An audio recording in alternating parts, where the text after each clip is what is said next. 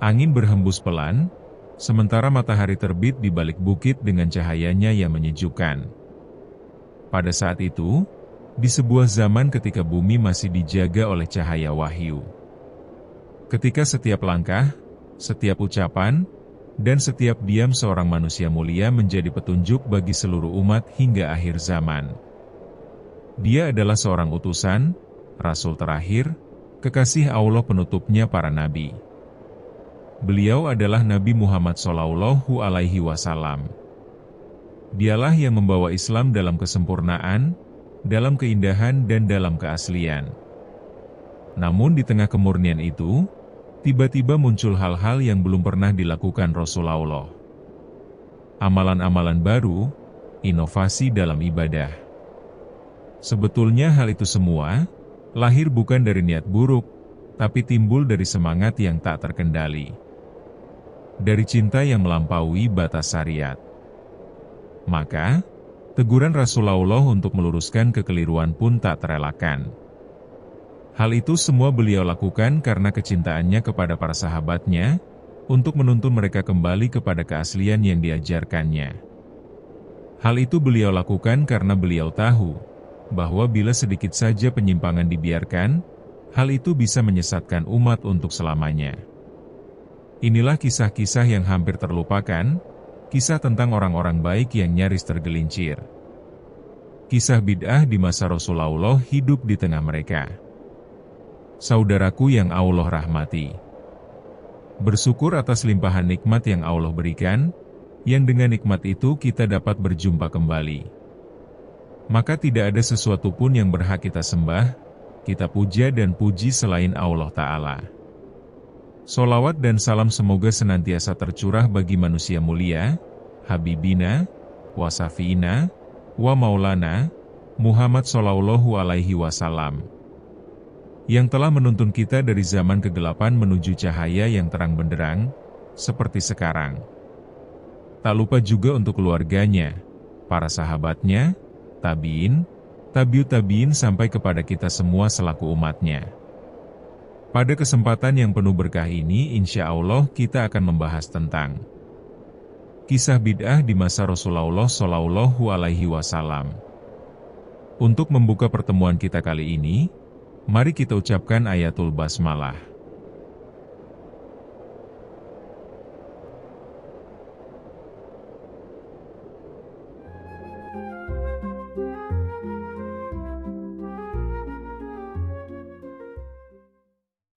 Saudaraku yang Allah rahmati. Sebelum kita membahas tentang kisah bid'ah di masa Rasulullah, alangkah baiknya kita berkenalan terlebih dahulu dengan kata bid'ah itu sendiri. Apa itu bid'ah? Bid'ah, sebuah kata yang ringan di lidah, namun berat dalam timbangan akhirat. Ia bukan sekadar perbuatan baru, namun ia adalah retakan kecil pada dinding agama yang sempurna. Bid'ah adalah ibadah yang tidak pernah diajarkan oleh Rasulullah, bukan karena beliau lupa, bukan pula karena beliau belum sempat mengajarkan. Namun, karena Allah tidak menurunkannya dan tidak memerintahkannya. Maka setiap amalan yang tidak dicontohkan oleh Nabi Muhammad SAW, setiap ritual yang tak punya pijakan dalam wahyu, setiap zikir, sholat, atau perayaan yang tak pernah dilakukan para sahabat, adalah penyimpangan. Meskipun dibungkus dengan niat baik. Rasulullah bersabda, setiap bid'ah adalah kesesatan. Dan setiap kesesatan tempatnya di neraka. Hadis riwayat An-Nasai. Bid'ah muncul tak selalu dengan wajah yang buruk. Kadang ia datang melalui cinta, semangat, dan air mata. Tapi ingat, cinta kepada Allah bukan diuji dengan seberapa banyak kita berkreasi dalam ibadah, tapi seberapa taat kita menjaga ajaran Rasulullah, karena agama ini telah sempurna. Dan kesempurnaan tidak butuh tambahan apapun. Secara bahasa, bid'ah berasal dari kata bada'a yang berarti mengada-adakan sesuatu, yang belum pernah ada sebelumnya. Namun secara istilah agama, bid'ah adalah segala hal yang diada-adakan dalam urusan agama, baik ucapan, perbuatan, atau keyakinan, yang tidak memiliki contoh dari Rasulullah dan para sahabatnya. Rasulullah bersabda, "Barang siapa membuat-buat perkara baru dalam urusan agama kami, yang tidak ada asalnya, maka ia tertolak." Hadis riwayat Bukhari dan Muslim.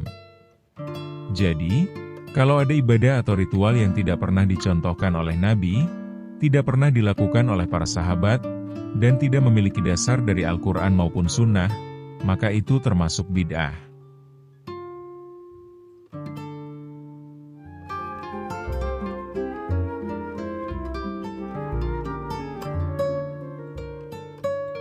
Lalu mengapa bid'ah berbahaya? Ada beberapa alasan yang menyebabkan kenapa bid'ah berbahaya bagi umat, di antaranya. 1. Bid'ah menyaingi sunnah. Saat seseorang membuat ibadah baru, tanpa sadar ia meninggalkan ibadah yang sebenarnya, yang dicontohkan Nabi. Misalnya, seseorang membuat wirid-wirid khusus, yang tidak ada dasarnya, lalu meninggalkan zikir yang diajarkan oleh Nabi setelah sholat. Akhirnya, sunnah yang diajarkan Nabi menjadi hilang, dan bid'ah pun tersebar. 2. Bid'ah menggiring kepada kesesatan. Rasulullah bersabda, "Setiap bid'ah adalah kesesatan, dan setiap kesesatan tempatnya di neraka." Hadis riwayat An-Nasai. Kata "setiap" dalam hadis ini menunjukkan bahwa tidak ada satupun bid'ah dalam agama yang dianggap baik. 3. Bid'ah menghancurkan kemurnian Islam. Islam diturunkan dalam bentuk sempurna dan lengkap. Allah berfirman, "Pada hari ini telah aku sempurnakan untukmu agamamu." Quran Surat Al-Maidah ayat ketiga. Maka, jika menambah dalam hal agama, sama saja dengan menuduh bahwa agama ini belum sempurna. Dan itu adalah tuduhan yang sangat berbahaya. 4. Bid'ah lebih disukai oleh setan daripada maksiat. Kenapa setan menyukai bid'ah daripada maksiat? Imam Sufyan Ats-Tsauri berkata, bid'ah lebih dicintai oleh setan daripada maksiat, karena orang yang maksiat masih mungkin bertobat, sedangkan pelaku bid'ah mengira dia sedang berbuat kebaikan. Orang yang berbuat bid'ah merasa dekat dengan Allah, padahal ia sedang menjauh dari Allah. 5. Bid'ah membawa umat pada perpecahan. Bid'ah melahirkan kebingungan pada umat, dan kemudian akan menyebabkan perpecahan. Ketika setiap orang merasa boleh berkreasi dalam agama, maka tidak akan ada satu jalan yang lurus, tapi banyak jalan yang saling bertentangan. Nabi bersabda, "Sesungguhnya siapa yang hidup setelahku, maka ia akan melihat banyak perpecahan. Maka wajib atas kalian berpegang dengan sunnahku dan sunnah para khalifah yang diberi petunjuk. Gigitlah ia dengan gigi geraham kalian, dan hati-hatilah dari perkara-perkara yang baru dalam agama." Hadis riwayat Abu Dawud. Hakikatnya bid'ah bukan hanya soal niat baik, tapi tentang ketaatan. Apakah kita taat kepada petunjuk Rasulullah atau membuat jalan baru sendiri? Cinta kepada Nabi bukan dibuktikan dengan banyak ritual baru, tapi dengan menghidupkan yang beliau ajarkan. Pada suatu hari, 3 orang pemuda dengan penuh percaya diri berjalan di jalanan Madinah. Cuaca di Madinah pada saat itu begitu panas. Namun, meski cuaca begitu panas, mereka tetap semangat untuk datang ke rumah Rasulullah. Adapun yang menjadi tujuan mereka adalah ingin mengetahui bagaimana ibadah yang dikerjakan oleh Rasulullah di rumahnya. Mereka benar-benar ingin tahu bagaimana sang utusan Allah beribadah, kala tak dilihat oleh manusia lainnya, ketika hanya ada beliau dan Robnya. Sesampainya di rumah Nabi Muhammad, mereka pun bertanya kepada istri Nabi tentang bagaimana Nabi beribadah. Dan setelah mendengar penjelasan tentang ibadah Nabi, mereka pun terdiam.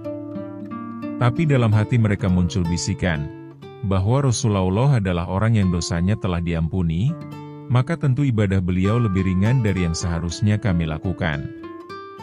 Mereka pun mulai bertekad untuk beribadah melebihi ibadah Nabi Muhammad. Pemuda pertama berkata, "Aku akan sholat malam setiap malam, dan aku tidak akan tidur malam lagi." Sementara itu, pemuda yang kedua berkata, "Kalau aku akan berpuasa setiap hari, dan tidak akan berbuka." Dan pemuda yang ketiga berkata, "Aku tidak akan menikah. Aku ingin memutuskan seluruh hubungan dunia, dan fokusku hanya untuk Allah." Semangat mereka begitu menggebu-gebu, namun semangat mereka ini, arahnya mulai melenceng. Karena hendak mengerjakan sesuatu yang tidak dikerjakan oleh Rasulullah. Maka, ketika berita ini sampai ke telinga Rasulullah, beliau tidak diam. Karena ini bukan sekadar niat pribadi, beliau sadar bahwa ini adalah pintu yang bisa membuka jalan kepada bid'ah dan berlebihan dalam agama. Maka beliau pun naik ke mimbar dan bersabda di hadapan umat, "Apakah kalian yang mengatakan ini dan itu? Ketahuilah, aku adalah orang yang paling takut kepada Allah dan paling bertakwa di antara kalian. Tapi aku berpuasa, dan aku juga berbuka. Aku sholat malam, dan aku juga tidur. Dan aku menikah. Barang siapa yang membenci sunnahku, maka ia bukan dari golonganku." Hadis riwayat Bukhari dan Muslim.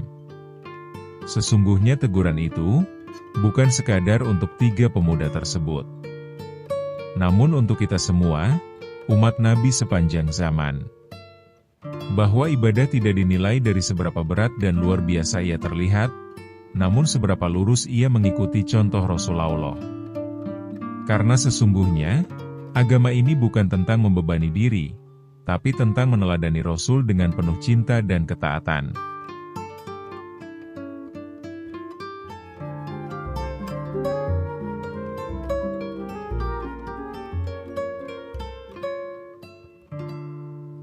Sementara, di waktu yang lain, saat Madinah menjelang malam langitnya berubah menjadi keemasan, angin berhembus pelan. Pada saat itu para sahabatnya begitu tulus mencintainya. Dan pada setiap jiwa yang mencintai Rasulullah, pasti ada kerinduan untuk bisa menjadi seperti beliau. Ada hasrat untuk mengikuti setiap langkah beliau, menirukan setiap ibadahnya, dan hidup sebagaimana beliau hidup. Para sahabat adalah generasi terbaik sepanjang masa. Keimanan mereka bagaikan gunung menjulang dan kokoh, dan kecintaan mereka kepada Rasulullah tak mengenal batas. Namun, bahkan cinta yang besar bila tak dikendalikan oleh ilmu tentu bisa menuntun ke jalan yang salah. Inilah kisah tentang semangat yang melampaui batas, tentang cinta yang tak paham batas syariat dan tentang kasih seorang Rasul, yang lebih mencintai umatnya daripada umat itu mencintai dirinya sendiri. Siang yang terik, di kota Madinah yang penuh berkah. Para sahabat duduk dalam lingkaran, wajah mereka tampak letih tapi penuh semangat dalam beribadah. Di antara para sahabat Rasulullah, ada yang begitu luar biasa semangatnya dalam ibadah. Mereka ingin meniru segala hal yang dilakukan oleh Nabi, termasuk dalam hal puasa. Tapi mereka tidak tahu, bahwa apa yang dilakukan Rasulullah tidak semuanya bisa ditiru oleh manusia biasa. Seperti puasa Wisol. Puasa Wisol adalah berpuasa berhari-hari tanpa berbuka, tanpa makan, tanpa minum terus-menerus. Dan Rasulullah pernah melakukannya, bukan karena beliau ingin menyiksa diri, tapi memang karena beliau memiliki kekuatan dan kedekatan khusus dengan Robnya. Sebagaimana sabda beliau, "Aku tidak seperti kalian. Aku diberi makan dan minum oleh Robku." Hadis riwayat Bukhari dan Muslim. Mengetahui bahwa Nabi Muhammad melakukan puasa Wisol, para sahabat pun terlihat bersemangat ingin melakukannya, ingin mengikuti puasa Wisol. Mereka menganggap bahwa semakin berat ibadah yang mereka kerjakan maka semakin besar pahalanya. Tapi mereka lupa bahwa agama ini dibangun bukan atas beban, melainkan atas rahmat dan kemudahan. Ketika Rasulullah mengetahui bahwa para sahabat hendak melakukan puasa Wisol, maka Rasul pun dengan tegas melarang mereka untuk melakukannya. Hal ini beliau lakukan karena khawatir, semangat yang besar bisa menjerumuskan ke dalam jurang dan mencelakakan mereka. Namun disayangkan, sebagian dari mereka masih nekat melakukannya. Maka Rasulullah pun bersabda, "Janganlah kalian melakukan wisol," dan mereka berkata, "Tapi engkau sendiri melakukannya, wahai Rasulullah," dan Nabi bersabda, "Sesungguhnya aku tidak seperti kalian. Aku diberi makan dan minum oleh Robku di waktu malam." Hadis riwayat Bukhari dan Muslim. Tak lama berselang, salah satu sahabat yang berpuasa wisol jatuh pingsan karena lemas.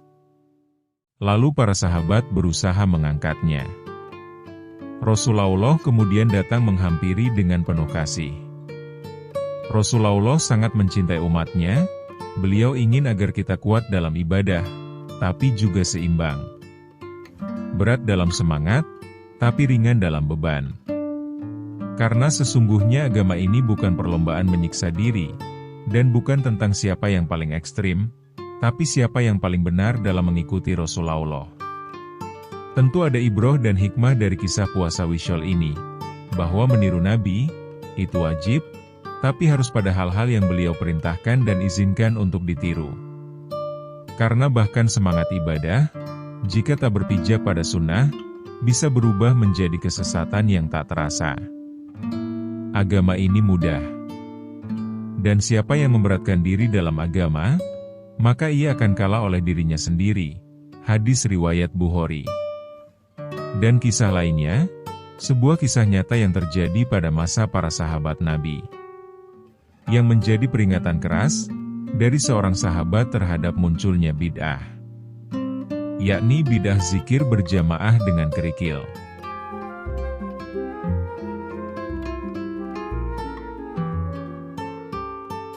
Cahaya pagi masuk merambat melalui jendela.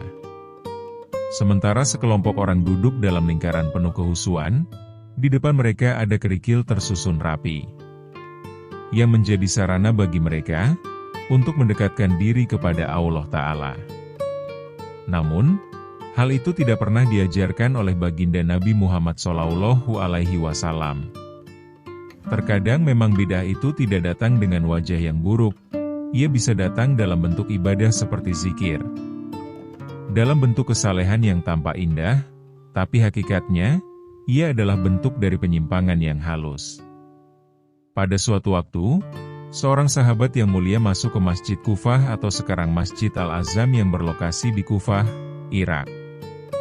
Masjid ini dibangun pada abad ke-7 oleh Muslim Ibn Aqil sepupu pertama Husain Ibn Ali bin Abi Thalib, sahabatnya Hani bin Urwah, dan saat ini luas total bangunan masjid mencapai 11,000 meter persegi. Tempat ini memiliki 9 tempat suci dan 4 tempat tradisional lainnya. Masjid ini dilengkapi dengan 4 menara dan 5 gerbang. Saat itu Abdullah bin Mas'ud, salah satu sahabat senior Rasulullah ahli Al-Quran, dan penjaga sunnah. Di Masjid Kufah beliau mendapati sesuatu yang mengusik hatinya. Saat itu beliau menyaksikan sekelompok orang duduk melingkar lantas di hadapan mereka ada tumpukan kerikil. Dan pemimpin dari kelompok yang melingkar itu berkata, "Bertasbihlah 100 kali." Dan mereka pun bersama-sama mengucapkan, "Subhanallah, Subhanallah, Subhanallah," sampai 100 kali. Lalu pemimpin zikir itu berkata lagi, "Bertakbirlah 100 kali." Dan mereka pun bersama-sama mengucapkan Allahu Akbar, Allahu Akbar, Allahu Akbar, sampai 100 kali. Dan pemimpin zikir itu berkata lagi, "Bertahlillah 100 kali." Kemudian mereka pun bersama-sama berkata, "La ilaha illallah, La ilaha illallah," sampai 100 kali. Menyaksikan perkara yang tidak didapatkannya dari Rasulullah, Ibnu Mas'ud pun menghampiri mereka. Wajahnya tenang, tapi suaranya berat dan penuh peringatan. Ibnu Mas'ud berkata, "Apa yang kalian lakukan ini?" Mereka menjawab, "Kami hanya berzikir, menghitung dengan kerikil, wahai Abu Abdirrahman. Kami tidak ingin kecuali kebaikan." Maka Ibnu Mas'ud pun menegur dengan tegas, dan menggetarkan hati, berapa banyak orang yang menginginkan kebaikan, tapi ia tidak mendapatkannya. Sungguh, kalian berada di atas suatu ajaran yang lebih terang daripada ajaran Nabi kalian. Atau kalian sedang membuka pintu kesesatan? Sungguh, sahabat-sahabat Nabi masih banyak yang hidup, pakaian para sahabat belum usang, bejana-bejananya belum pecah. Dan kalian telah membuat perkara baru dalam agama ini. Hadis riwayat Ad-Darimi, nomor 204. Setelah mendengar nasihat dari Ibnu Mas'ud, maka lingkaran zikir itu pun bubar, kerikil-kerikilnya berserakan. Kisah ini merupakan peringatan yang nyata bagi kita, bahwa kebaikan bukan diukur dari niat saja tapi dari kesesuaian dengan sunnah yang diajarkan Rasulullah. Mereka berzikir dengan cara yang tak pernah dicontohkan oleh Nabi, dengan cara yang tidak dikenal oleh Abu Bakar, Umar, Utsman, dan Ali. Maka meskipun bentuknya ibadah, tapi jika tidak berasal dari ajaran Nabi, maka itu adalah bid'ah, dan bid'ah adalah kesesatan. Hari ini, banyak orang mengira telah berbuat baik, tapi tanpa ilmu, dan tanpa bimbingan sunnah. Mereka bisa jatuh ke dalam amalan yang tidak diterima di sisi Allah. Ingatlah sabda Rasulullah, barang siapa mengada-adakan sesuatu dalam urusan kami ini, yakni agama, yang bukan darinya, maka itu tertolak. Hadis riwayat Bukhari dan Muslim. Sesungguhnya dalam berzikir bukan seberapa keras kita melakukannya, tapi seberapa lurus kita mengikuti jejak Rasulullah Shallallahu Alaihi Wasallam. Zaman Rasulullah adalah zaman cahaya, zaman ketika wahyu masih turun, dan kebenaran masih berada di tengah-tengah umat. Namun meski begitu, masih ada manusia yang tergelincir. Masih ada yang membuat-buat dalam agama, walaupun dengan niat yang baik dan semangat yang tinggi. Karena ibadah tak hanya tentang niat. Agama ini bukan hanya tentang ingin berbuat baik, tapi tentang taat dan tunduk pada jalan yang ditunjukkan oleh Rasulullah, karena kebaikan sejati bukan apa yang menurut kita baik, tapi harus berdasarkan pada apa yang Allah dan Rasul-Nya tetapkan. Karena bid'ah tak terlihat menakutkan, dan bid'ah jarang datang dalam bentuk yang buruk. Ia datang melalui zikir, melalui semangat ibadah, melalui air mata, sujud panjang, dan rasa cinta. Tapi di balik bentuknya yang terlihat indah, bid'ah adalah racun kecil, yang lambat laun, yang dapat mematikan sunnah. Karena jalan selamat itu sudah jelas, ketika kita ingin mendekat kepada Allah, jalan itu sudah dibuka dan diterangi oleh Rasulullah. Maka jangan mencari jalan baru, jangan menggali lubang di jalan yang sudah rata, jangan buat jembatan palsu di atas jalan yang sudah kokoh. Jika di masa Rasulullah saja, masih ada yang keliru dalam ibadah, maka di zaman kita hari ini yang jauh dari cahaya wahyu, betapa besar peluang kita tergelincir jika tidak berpegang teguh pada sunnah. Bukan semua yang tampak baik itu benar, tapi semua yang sesuai sunnah itulah kebaikan yang sejati. Karena mencintai Nabi bukan hanya dengan bersolawat, tapi dengan berjalan di jejak langkahnya, mengikuti sunnahnya, dan menjauhi apa yang tidak beliau contohkan, itulah bukti cinta yang sejati. Demikianlah pembahasan kita kali ini. Semoga video ini dapat bermanfaat bagi kita semua dan dapat menambah ketakwaan kita kepada Allah Ta'ala. Mari kita tutup dengan mengucapkan ayatul hamdalah. Alhamdulillah.